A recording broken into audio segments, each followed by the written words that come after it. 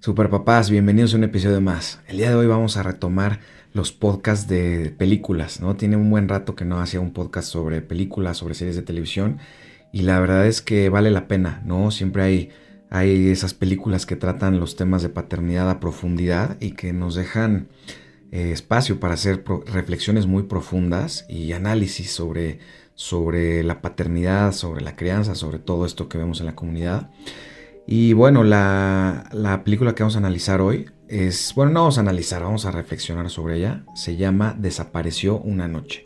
En inglés se llama Gone Baby Gone y la vimos el fin de semana y de verdad que me caló muy hondo, ¿no? Me dejó pensando mucho sobre la temática y quería compartirlo con ustedes. Recuerden que en este tipo de episodios es necesario que vean la película. No va a ser un resumen sobre ella, va a ser un análisis, una reflexión y es necesario que la vayan a ver. Así que si todavía no la ven, vayan y regresen. Está en, creo que en Netflix y creo que en Amazon Prime, pero está en casi todas las plataformas. Y bueno, esta película es dirigida por Ben Affleck. Sale su hermano Casey Affleck como protagonista y se trata de una niña que desaparece un día. La niña se llama Amanda, su mamá se llama Helen. Y lo primero que tenemos que analizar aquí es el entorno. El entorno es el hilo conductor que vamos a usar para este análisis. Vemos que la niña vive más bien en un hogar disfuncional, un lugar donde hubo abandono, donde no está la figura paterna. Ella vive solo con su mamá y con su tío, el hermano de su mamá, que está casado, pero vemos que la mamá es una persona con muchos problemas. Tiene problemas de drogas, tiene problemas de promiscuidad, tiene problemas de conducta, pues carece de muchos valores, carece de cualquier responsabilidad como madre, y lo plantea la película a la perfección, ¿no? Vemos que al crecer también sin su papá, pues esto complica aún más las cosas, ¿no? Quizás el papá haya sido alguien muy parecido a la mamá, haciendo esa suposición, pero bueno, hubiera sido aún peor. Pero el caso es que la niña crece sin su papá, está nada más con la mamá. La mamá, como les dije, es una persona con muchísimos problemas. Un hogar disfuncional desde donde se vea. Y vemos que en esa misma casa vive el hermano de la mamá, el tío. Vemos al tío como una persona que parece ser de muchos valores. Lo vemos que se preocupa genuinamente por la niña. Cuando empieza la película y desaparece la niña, él es el que se empieza a mover para tratar de localizarla. Y por otro lado, la mamá vemos que está muy apática, ¿no? Está viendo la televisión en las primeras escenas, realmente no le interesa mucho lo que pase con la niña que desapareció. Ya tiene, calculo que alrededor de 5 años. Y bueno, empieza por el otro lado la historia del investigador. Él se llama Patrick y su novia se llama Angie. Y el tío los contrata para encontrar a la niña. Eh, Ellos no son investigadores de este tipo, realmente ellos se dedican a cosas más como robos, cosas así de cosas materiales, o sea, no eran ni siquiera del top de investigadores, y desde ahí llama la atención del por qué los contratan a ellos y no a alguien diferente, ¿no? Incluso la película lo marca, hace un énfasis en esa parte.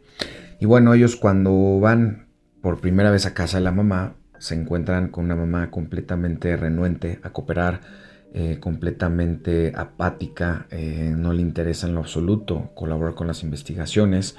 Y de ese lado, pues los investigadores no pueden sacar nada, ¿no? Y además vemos que los investigadores son pareja sentimental, entonces esto va a condicionar el desarrollo de la trama.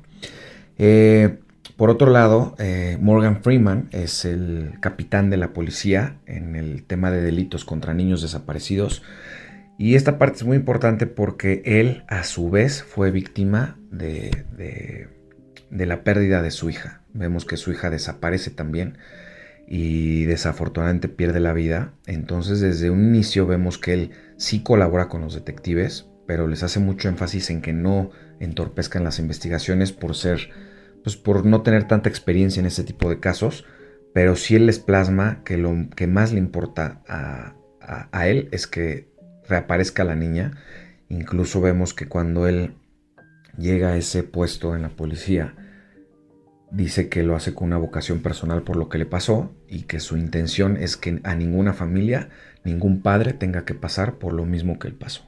Y bueno, empiezan las investigaciones. Los investigadores lo primero que hacen es ir a los lugares que frecuentaba la mamá, al bar que frecuentaba la mamá, y ahí vemos cómo ya todo se empieza a poner bastante oscuro, porque uno de ellos, de los tipos con los que convive la mamá, le cuenta que la última noche que vieron a la niña estaba en el bar con ellos, y mientras la mamá pues hacía cosas indebidas en los baños y se drogaba, la niña estaba esperándola en el bar, ¿no? Y vemos también que la mamá tenía un novio que también era un malviviente y que a su vez la niña estaba expuesta a este tipo, ¿no? Entonces vemos cómo el círculo cercano de la niña, no solamente en casa tiene muchos problemas, sino que también fuera de casa está en peligro constante, ¿no? Vemos que al estar en ese entorno con adultos que no son de su familia, de drogas, de sexo, de alcohol, pues vemos que la niña estaba en un riesgo latente, que solo era cuestión de tiempo antes de que pasara lo que eventualmente pasa. Vemos también que en su afán de ir buscando las pistas correctas, los investigadores tienen que empezar a trabajar con otro detective que empieza a jugar un rol muy importante, ¿no? El detective, no recuerdo su nombre, pero es el actor Ed Harris, ¿no? Que sabemos que es un super actor. Él sí se ve muy renuente a colaborar con los investigadores, pero de cierta manera como que se van ganando y empiezan a hacer una relación un poquito más estrecha. Vemos que los investigadores estaban renuentes también a tomar el caso, pero como que la parte moral les empieza a ganar, ¿no? Se plantean la importancia de encontrar a la niña con vida. Incluso a la investigadora le da mucho miedo encontrarla, pues que haya perdido la vida, ¿no? Como que ella le tiene mucho miedo a ese desenlace, y es lo que en un inicio la lleva a rechazar el caso y lo que más adelante los hace a los dos sí tomarlo. También durante esta investigación pues empiezan a salir traficantes, gángsters, así de lo peor, y empiezan a ayudar a los detectives a tener más pistas, más información sobre la niña. Y hay un personaje aquí, es como un capo de la droga, que se compromete a ayudar a los detectives, ¿no? Y eso va a venir más adelante. Pero también ven a otro dealer, que es un personaje haitiano, y resulta que este otro personaje está inmiscuido en un tema de dinero, de tráfico de drogas con la mamá. Entonces vemos que por ahí empieza a salir esta línea de investigación en el que quizás sea algo fingido, no sea un secuestro real, sino algo fingido por un tema económico. Incluso vemos que se pierde un dinero de drogas, después aparece, y este traficante, lo primero que pensaban los investigadores es que él había sido el que se llevó a la niña por el tema de su dinero, pero cuando le ofrecen el dinero de regreso a cambio de la niña, él al principio se muestra muy renuente, ¿no? Incluso se ofende, o sea, parece broma, pero dice, no me meto con niños, ¿no? Al parecer hasta hay código de ética en los criminales, y para él fue algo muy ofensivo, hasta los amenaza con la pistola por el simple hecho de que ellos suponieran que él había tenido algo que ver con la desaparición de la niña. Y bueno, más adelante vemos algo también pues muy decepcionante. Es algo que pasa en muchos países del mundo, el nuestro no es la excepción, y es la corrupción en la policía, ¿no? Empiezan a haber ya cosas extrañas con los investigadores, con los policías.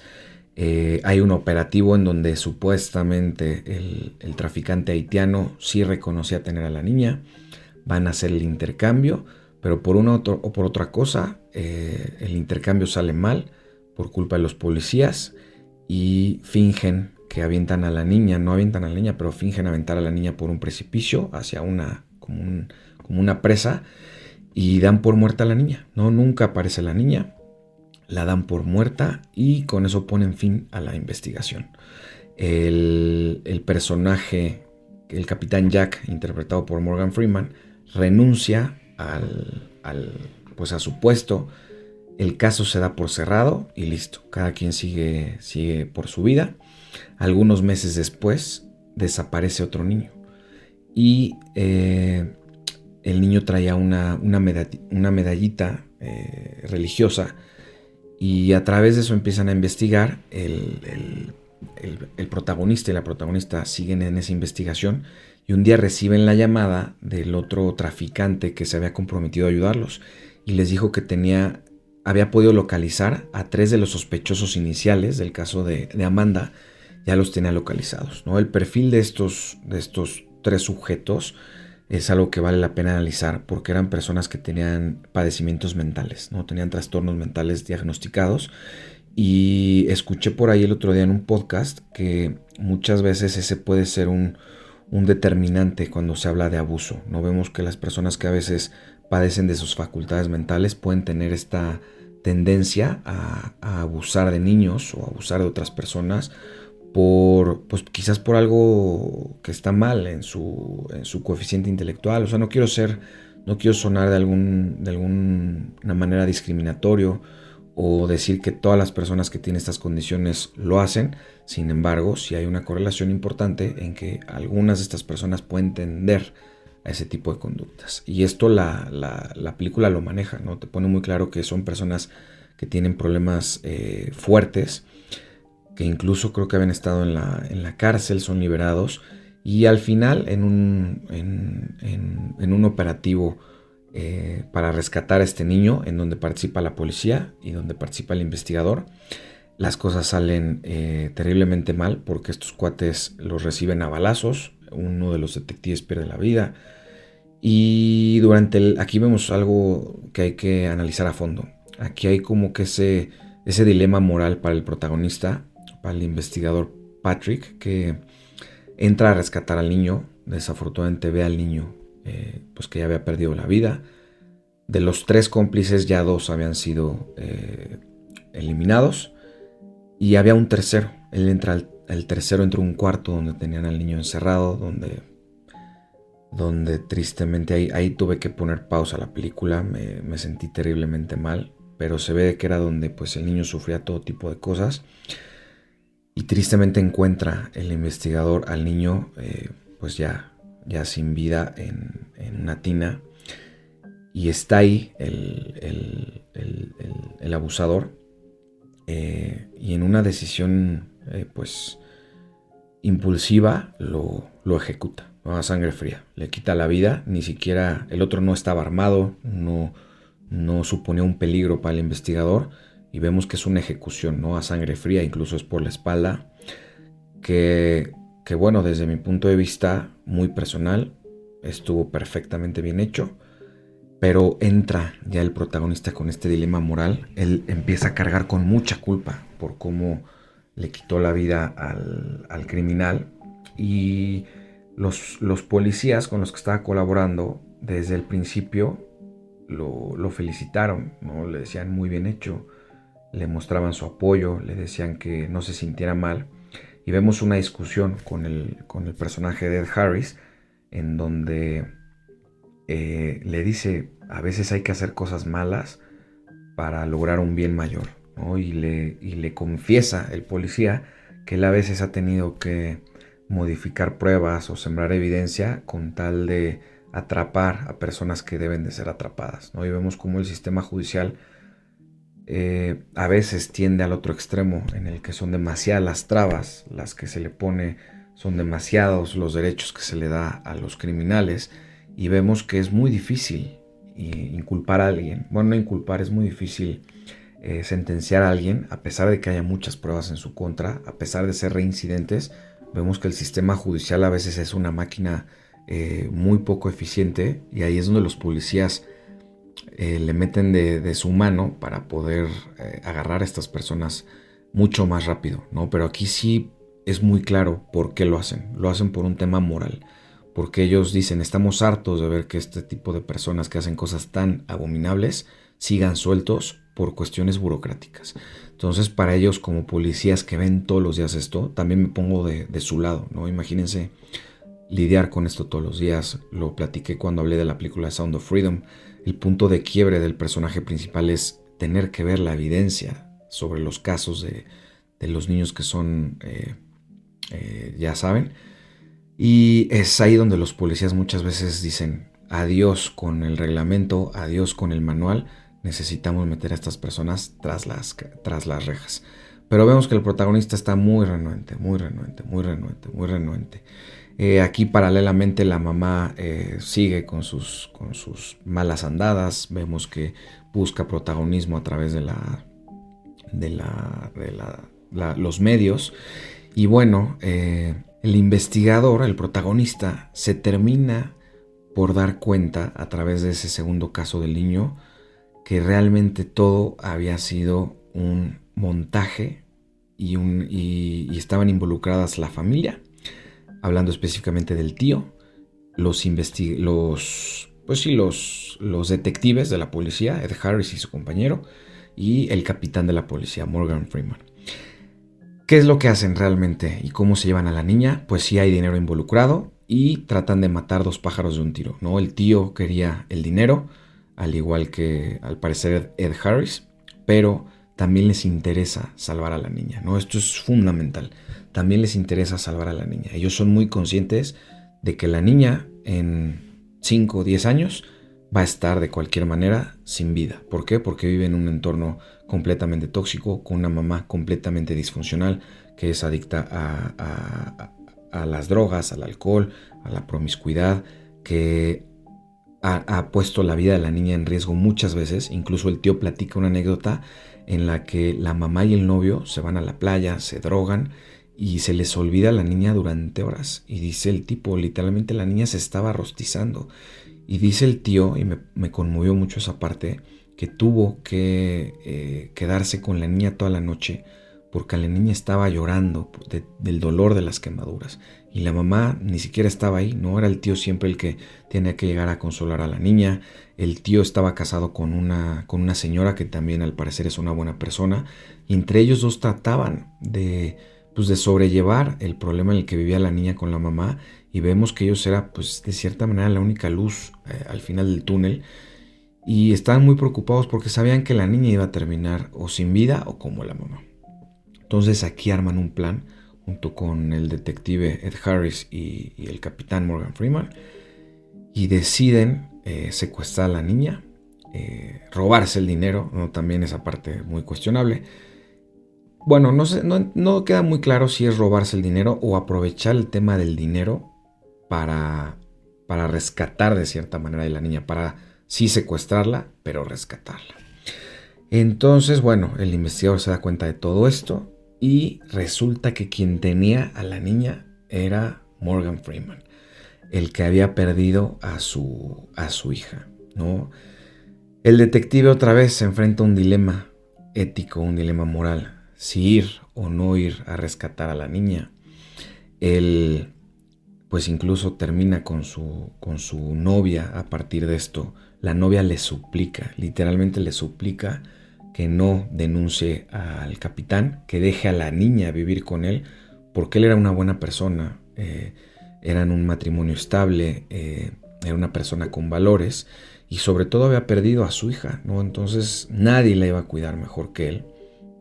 Y por eso la novia le dice, por favor, no los entregues, deja a la niña en paz, sabemos dónde vive, sabemos a qué escuela va a ir, si tanto te preocupa podemos ir cada ciertos meses a ver que la niña esté bien, que todo esté en orden y listo, vamos a darle la oportunidad a una niña de crecer en un entorno, en un hogar feliz, en una familia feliz y que tenga una vida totalmente diferente a la que le esperaba con su mamá.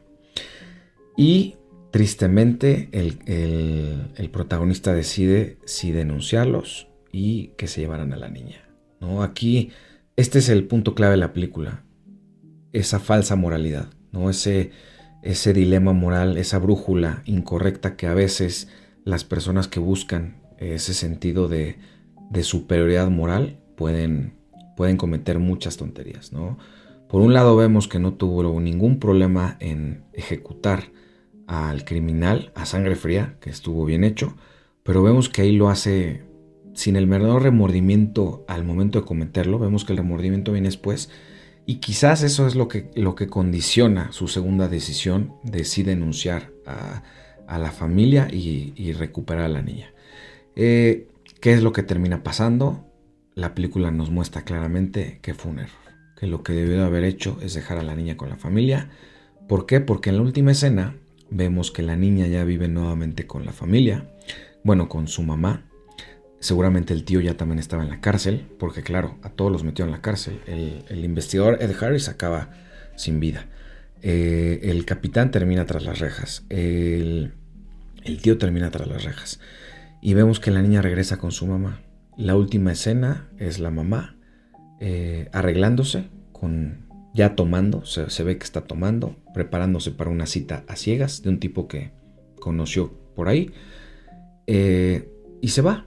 No ha encargado a la niña con nadie, ¿no? El investigador, por azares del destino, está ahí visitando, pero ella no ha encargado a la niña con nadie. De hecho, le dice el investigador quién va a cuidar a la niña. Y la mamá le dice, ya tomada, le dice, pues se lo va a cuidar mi amiga. Está a punto de saberlo en 5 minutos, que le avise y que le deje a la niña. Entonces el investigador le dice, si quieres yo la cuido. Entonces vemos cómo el investigador termina de niñera de una niña que no es de su familia, de una niña que al haber pasado por una situación como la que pasó, no debería de ser dejada con extraños, porque el investigador es un extraño, no es parte de su familia. Aunque él estuvo en su caso y ayudó a recuperarla, él no es de su familia y no tendría por qué estar cuidando a la niña. Pero vemos nuevamente que gracias a él, la historia se repite, ¿no? Es un loop donde partió la película, es donde termina y donde va a volver a empezar. La niña en un hogar con una mamá adicta a las drogas, al alcohol, al sexo, que no tiene el menor cuidado con ella, no tiene el menor sentido de responsabilidad, no tiene un código moral. Ella se va a ir de promiscua y deja a la niña con un extraño, ¿no? Y el extraño no le queda de otra más que quedarse a cuidar a la niña viendo la televisión, ¿no? Entonces, híjole, es una película que me lleva a muchos sentimientos, ¿no? Me da mucha impotencia ver cómo la niña tristemente está atada a esa madre que le tocó. Hay personas que no deberían de tener hijos. Ser hijos no debería ser tan fácil. Si se necesita estudiar tanto para ejercer medicina, ¿por qué no se debería estudiar lo mismo para ser papá? ¿Por qué no te piden un comprobante de ingresos para ser papá? ¿Por qué no te piden un examen psicológico para ser papá? ¿Por qué no te piden un código moral para ser papá? No vemos que ser papá es la cosa más fácil del mundo, ¿no? No hablo de la paternidad, sino de convertirte en papá. Es facilísimo, la gente lo hace a los 15, 16 años. Y después, ¿quién cuida a los niños? En el mejor de los casos, los abuelos, el gobierno, que ese es otro gran problema. Pero no debería ser tan fácil, ¿no? Personas que tienen estas conductas, estos trastornos, ¿por qué tienen niños a su cargo? ¿Y por qué las personas, teniendo la oportunidad de influir en la vida de los niños, de salvarlos de esos entornos tan peligrosos, terminan cometiendo errores, ¿no? El detective hablaba mucho de que la niña tenía que estar con su mamá, ¿no? Santificando a la mamá simplemente por ser mamá. El detective siempre decía, no, es que tiene que estar con su mamá, la niña tiene que estar con su mamá, ahí es su lugar. Sí, pero la mamá era una adicta al alcohol, a las drogas, al sexo. O sea, ¿qué valor puede tener una persona así? Sea la mamá, sea la abuelita, sea la tatarabuelita. No, los niños no pueden estar con personas así. Y nosotros como sociedad tenemos que ser muy vigilantes de este tipo de familias, porque los niños pueden estar pasando infiernos en vida y muchas veces provocados por los papás, ¿no? Recordemos que muchas veces cuando se habla de abusos, de prostitución, muchas veces viene dentro de la familia, muchas veces son los papás y las mamás las que venden a sus hijos. Entonces, vean la película, véanla otra vez, si ya la vieron, véanla otra vez, reflexionen sobre esto que platicamos. Es un tema muy fuerte, pero muy necesario, ¿no? Películas como estas nos dejan pensando días, ¿no? Y bueno, con eso me despido. Gracias por escucharme, gracias por estar en otro podcast. Vamos a seguir esta bonita costumbre de hablar de series, de películas. Si les gustaría que analizara alguna, desde el tema de la paternidad, desde el tema del matrimonio, manden un mensaje por redes. Ya saben que me encuentran como _superpapá01 en todas las plataformas. Y nos vemos pronto. Cuídense mucho.